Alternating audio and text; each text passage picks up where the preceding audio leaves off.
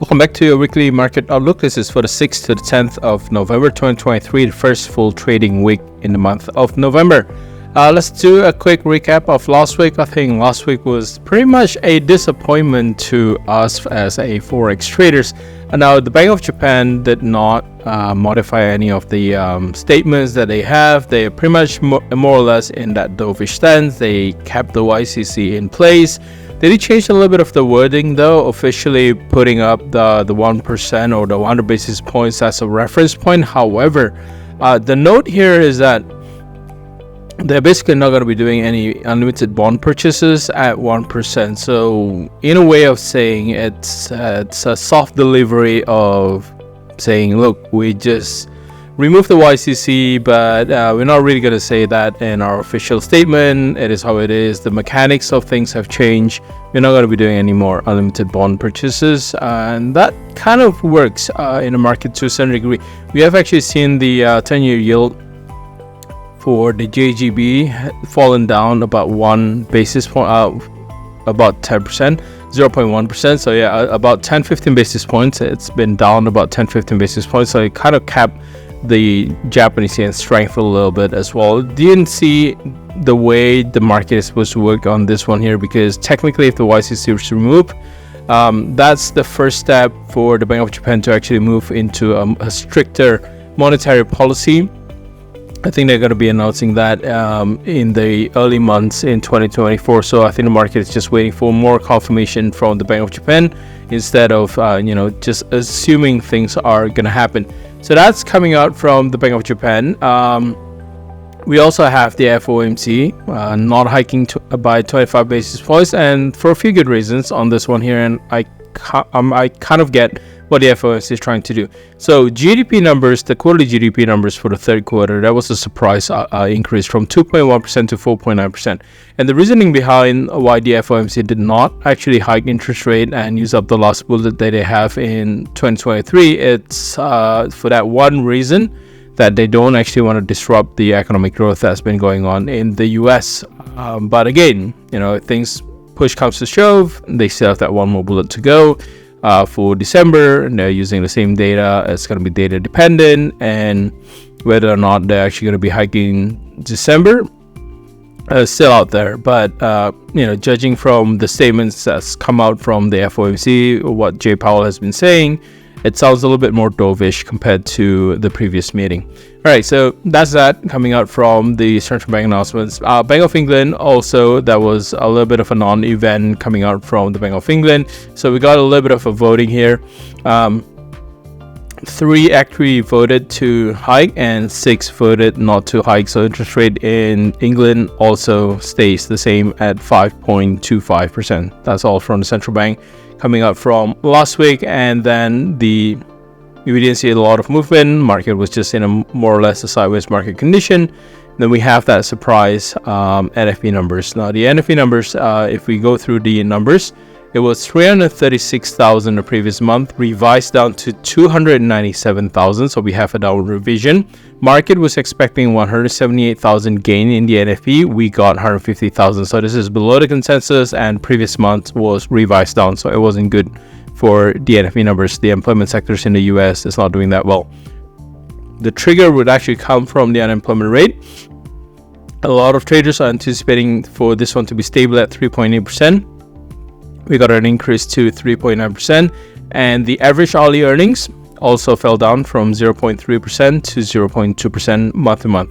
So not a lot of positive on that last day. Last week, it was a pretty bad data coming out from the US, and we can see the market reaction. We do see a little bit more of a one-sided push basically after the release of the employment numbers in the US, but we'll take a look at it from a technical perspective. All right, so for this week, we actually don't have a lot going on. Main focus is going to be on Tuesday. This is for the RBA. If you're trading anything Aussie related, this is going to be for you.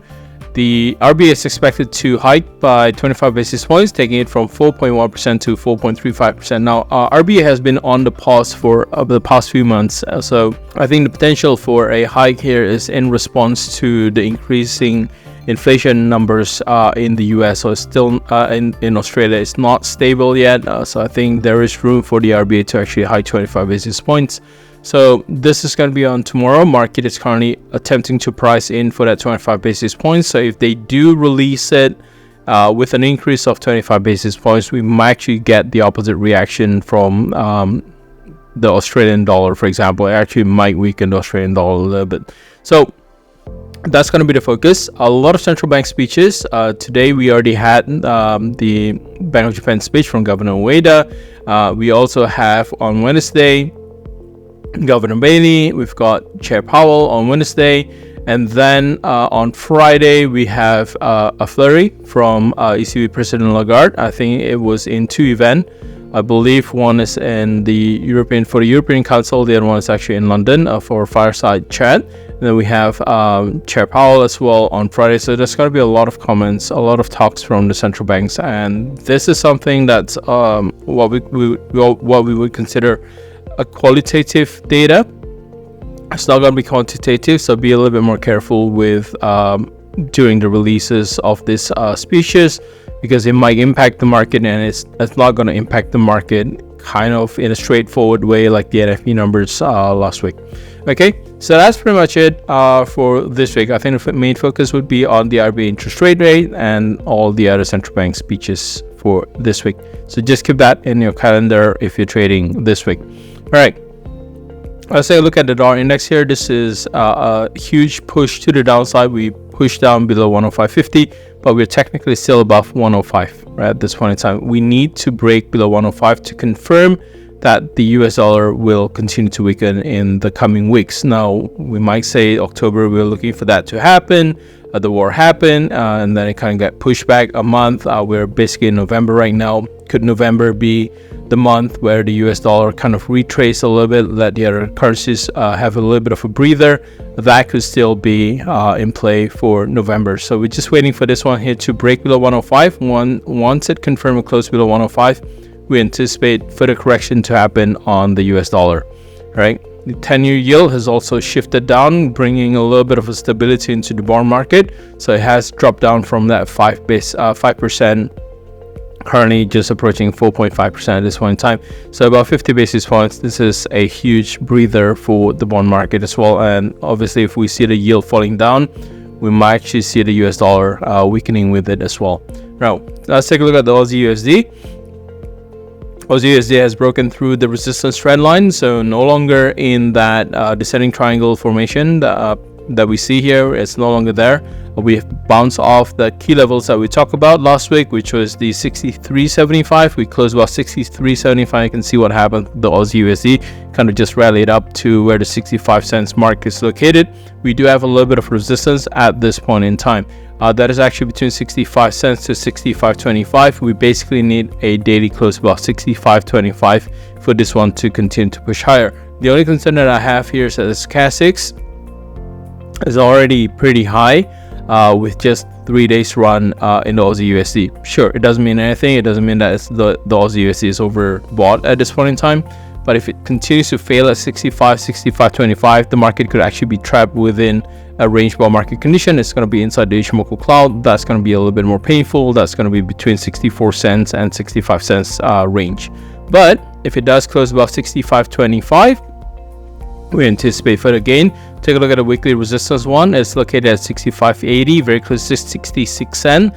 And the resistance 2 is going to be located at 66.50.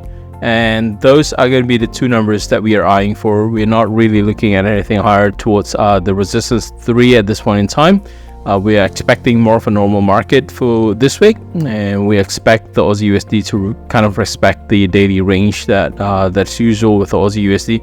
So in terms of range, we're going to be looking at about 66 to 66.50 as a key resistance. Support wise, we're going to be looking at 64.50, and below that obviously 64 cents and 63.75. Okay, Euro USD, Again, you can take a look at the gains here. We did not break the flag. The flag has now become an ascending channel.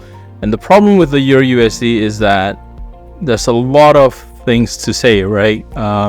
We managed to close about 1.0650, 1.07 range of resistance, but where it breaks it, we're actually still below the 61.8% Fibonacci retracement, which is located at 1.0755, and we're still within that channel. So we're in terms of how the EURUSD can progress, it is likely going to be trading within this channel. So we're looking at a little bit of potential pullbacks here and there. We're technically still within the Ichimoku cloud, so this kind of range where the market is ranging but gradually pushing higher to the upside, that could be the potential scenario that could play out for the EURUSD. So this one here, there should be a lot more caution when trading the EURUSD, just by looking at where it is actually within that channel. The pound USD, on the other hand, this one here break above 1.23, 1.2350. Still strong recovery on this one. Sure, we're within the Ichimoku cloud. In terms of potential target for this one here, we might actually nudge higher a little bit where the resistance 1 is located. It's very close to 1.25. It's also very close to the 61.8% Fibonacci retracement of the fall in the month of September. So can this one grind higher? Yeah, it could, but is it going to be doing it in the same scale as it did last Friday? Probably not. So this is more for another gradual grind to the upside for the pound USD. In terms of support level, we are currently looking at 1.23 as the support level. If it does closes back below 1.23 on the daily time frame, then we should anticipate that the pound USD might actually fail on the recovery that we're looking at from last week. All right, next up is the dollar Japanese yen. Dollar Japanese yen is pretty stable. We're not looking at any interest rate differentials coming out from the FOMC and the Bank of Japan. Both of their statement is pretty much dovish, so it doesn't actually change the status quo. And you can see here the pullback on the dollar Japanese yen last week. It's still within a reasonable measure. Consider this, right? Even with the pullback, it manages to nudge higher to a 33-year low for the Japanese yen. So it's kind of expected that we might actually see a little bit of profit taking happening for the dollar Japanese yen. This one here, it's below 150 at this point of recording, but we still have that support 148.50, 148. There's still a lot more support for the dollar Japanese yen. So in terms of whether or not the market is actually going to buy it in around 149 to 150 mark, it's yet to be seen. But the dollar Japanese yen, don't anticipate the correction that might happen with the US dollar to actually have a significant impact on the dollar Japanese yen, because the dollar Japanese yen is currently moving on a different fundamental. Okay, next up is gold. This one here is a little bit concerning. It's technically not a pennant, but when we see a channel like that, an ascending channel on top of a rally, we would still categorize that as a potential for a reversal in gold. Now take a look at where gold prices is. It's currently well supported about 1985. In terms of how far it can go, it's still going to be limited by that 161.8% Fibonacci extension that we have on the daily from the fall in September. And that's still within the limits of the weekly pivots as well. Take a look at the resistance 1 at 2009, resistance 2 at 2027, 161.8% is pretty much at 2032. This one here, stochastics does indicate that it could actually become overbought very, very soon. So once the stochastic actually dip below 80 on the daily time frame, it could be a sign that that gold is actually a little bit overbought, and we are eyeing a potential return towards that cluster of support that we see here about 1930 to about 1950, where the red box is located. So that could be the potential if it comes below, if it actually closes below the channel that we have here on gold. That could be the first sign that it's actually due for a little bit of a correction as well. Right, the last one is going to be oil. Now for oil, you can see the transition below the Ichimoku cloud here, and positioning that we have here for oil in the past in the month of October. Basically, you can see where it is right now. It's very close to the stop loss, and the stop loss is located at 80. Now there's a lot of argument to go with oil at this point in time. The current conflict in Gaza, obviously, it's just really stretching out, right? We don't actually consider anything that happens there more as a shock at this point in time to the potential supply of oil, right? If things intensify, obviously that's going to be a boost for oil, but at this point in time, it's just dragging on for too long. I think a lot of traders are losing interest in terms of seasonality when it comes to winter. It's not quite winter yet. We're probably going to be seeing that increase in December at this point in time, or at least mid-November. But for now, technically speaking, for as long as it's trading above $80, there might still be a demand for oil at this point in time. But from a technical perspective, the transition below the Ichimoku cloud does cause a little bit of a concern. The break below $82 is also a little bit of a concern as well for oil. So I think a lot of traders actually got out at $90 when it pushes up to $90. At this point in time, I don't think there's a lot of demand for oil to go. The current state, it's going to be really hard to make that call to go in for a long in oil and going short in oil as well, from the the consideration of the geopolitical concern. It is also not a good idea for oil. So I expect this one here to be more of a range bound market condition. We might see a little bit of a demand picking up around $80. This could stabilize price between 80 to 83, but until it actually goes back up above 85, it's really hard to make a call to go long for oil.